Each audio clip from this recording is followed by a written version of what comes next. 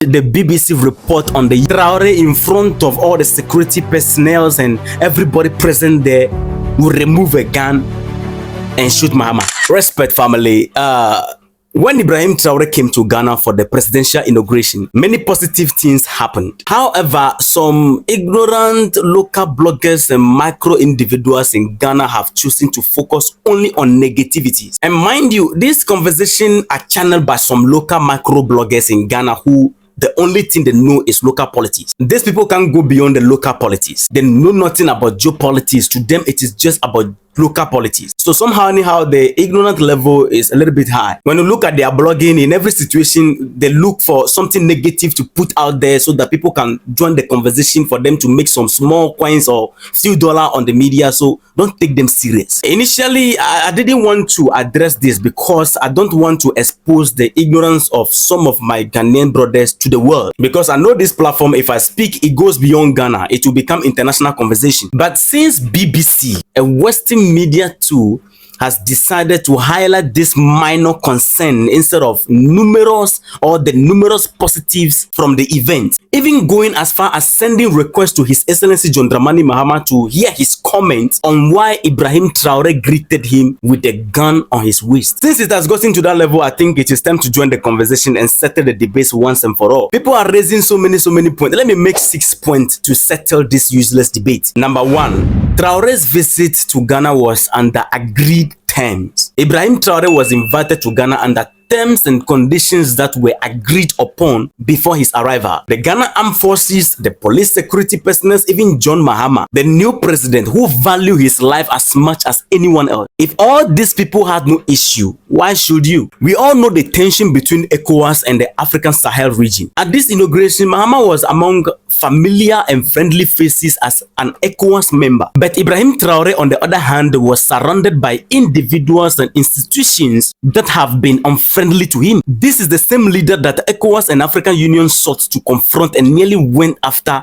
just few months ago. The only person Traoré trusted enough to honor this invitation was John Mahama. Number 2, let's look at the leader in a tensious or unfriendly environment. Ibrahim Traoré was the only leader present at this event who the West is actively targeting. Both the United States and France view him as a threat to their interest. He took the greatest risk by attending this inauguration, knowing the dangers surrounding him. He is the only leader that his arrival and safe return were matters of great concern across Africa. Do you understand the significance of his presence? Should anything have happened to him here in Ghana, the entire Ghana state will fall to Togo.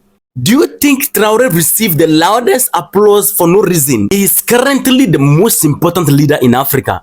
If you don't know it now. Number 3, history teaches us about betrayal. African leaders have historically betrayed their own to appease the West. You cannot expect Traoré, who really understood the history of Africa, to entrust his safety to leaders and institutions that might act on foreign instruction without hesitating. So he needs to secure himself in such environment.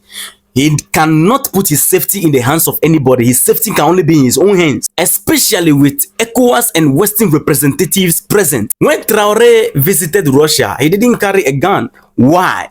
Because he felt safe. History shows us that Russia has consistently protected African leaders who resist imperialism. On the contrary, many African leaders have been betrayed by their own. So take note of that. Number 4, Ghana's sovereignty is questionable. Ghana, unlike Burkina Faso, is not a fully sovereign nation.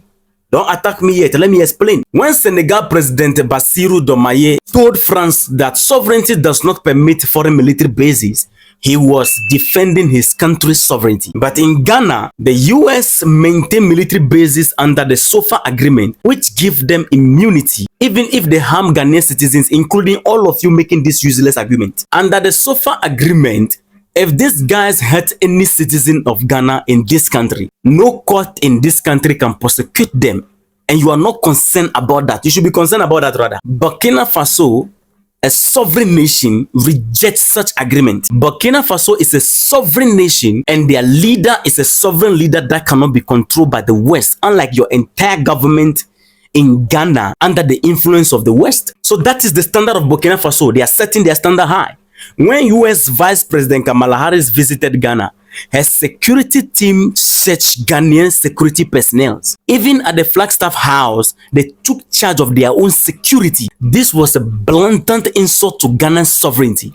Yet none of you channel your energy to champion this argument. This will never happen in Burkina Faso under Ibrahim Traoré, a nation that upholds its sovereignty. This can never happen. So between Ghana and Burkina Faso, you can see who is much more important and need to be respected. Now let's look at something. Let's look at Donald Trump's visit to North Korea. Let's compare this to when Donald Trump, as a president of the United States, visited North Korea. His security team operated with boundaries and mutual respect. They didn't overstep or undermine the sovereignty of the host nation. Contrast this with Kamala Harris' visit to Ghana, where her security team disrespected our sovereignty by searching Ghana's security personnel. This insult to Ghana's sovereignty went unchallenged by some of you.